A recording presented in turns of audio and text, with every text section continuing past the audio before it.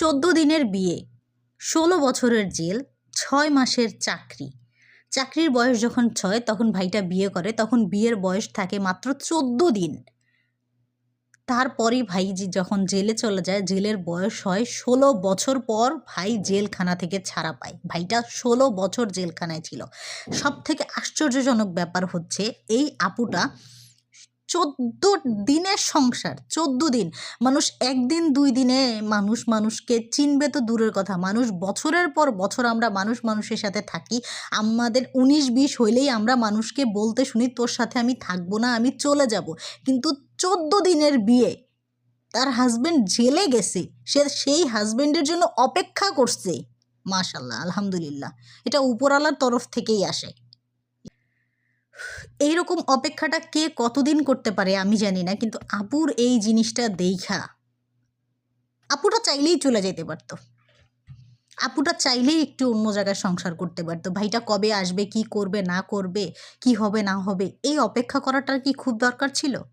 কিন্তু দেখেন, আপুটা কিন্তু খুবই ধৈর্যের সাথে সংসারটা করে গেছে। এই ভাইটার অপেক্ষাটা করছে 16টা বছর অপেক্ষা করছে। 14 দিনের সংসার, 16 দিনেরও সংসার না, 16 বছর অপেক্ষা করছে। 16 বছর পর ভাইটা ছাড়া পাইছে। আল্লাহ তাআলা উপর থেকে যাদেরকে কপালে লিখে দেয়, আসলে তাদের না টাকাটাকি করলেও না তাদের কপাল দুইটা আলাদা হয় না। টাকাটাকি বাইরি কাইরি করলেও তাদের না কপালটা আলাদা হয় না। আজকালকার যুগে, আজকালকার জেনারেশনে মানুষ পরকীয়ায় জড়াইয়া যায়। একে অপরের সাথে যারা করে, যারা যায়, আসলে তারা যায়, আর যারা যায় না তারা যায়ই না। এই আপুটা হচ্ছে তার সব থেকে বড় প্রমাণ। আপুটা হচ্ছে তার সব থেকে বড় প্রমাণ। আলহামদুলিল্লাহ, এরকম ভালোবাসাগুলো সবসময় বেঁচে থাকুক। আর এই ভালোবাসাগুলো উপর থেকে আসছে, আল্লাহ তাআলা নিজ হাতে এদেরকে একসাথে পাঠাইছে। আলহামদুলিল্লাহ। আর এইরকম ভালোবাসাগুলোকে মানুষ যিনি কখনোই কুনজরে না তাকায়।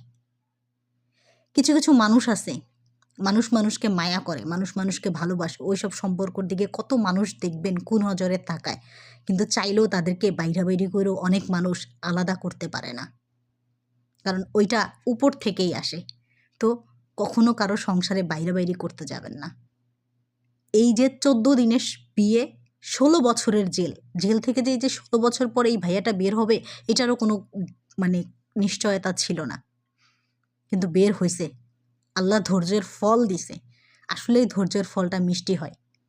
এরকম একটা কয়েদির সাথে সংসার করতে হবে, না করলেই বা কি হইতো, সে চাইলেই চলে যেতে পারতো, কিন্তু না, অপেক্ষা করছে, ধৈর্য ধরছে। শান্তি। এরকম একটা মানুষ দুনিয়াতে এখনো আছে। দুনিয়াতে যতদিন পর্যন্ত ভালো মানুষ থাকবে ততদিন পর্যন্ত নাকি কিয়ামত হবে না। আসলেই দুনিয়াতে এখনো ভালো মানুষগুলো আছে। ভালো মানুষগুলো সবসময় ভালো থাকুক, দোয়া করি। আপনারাও দোয়া করবেন।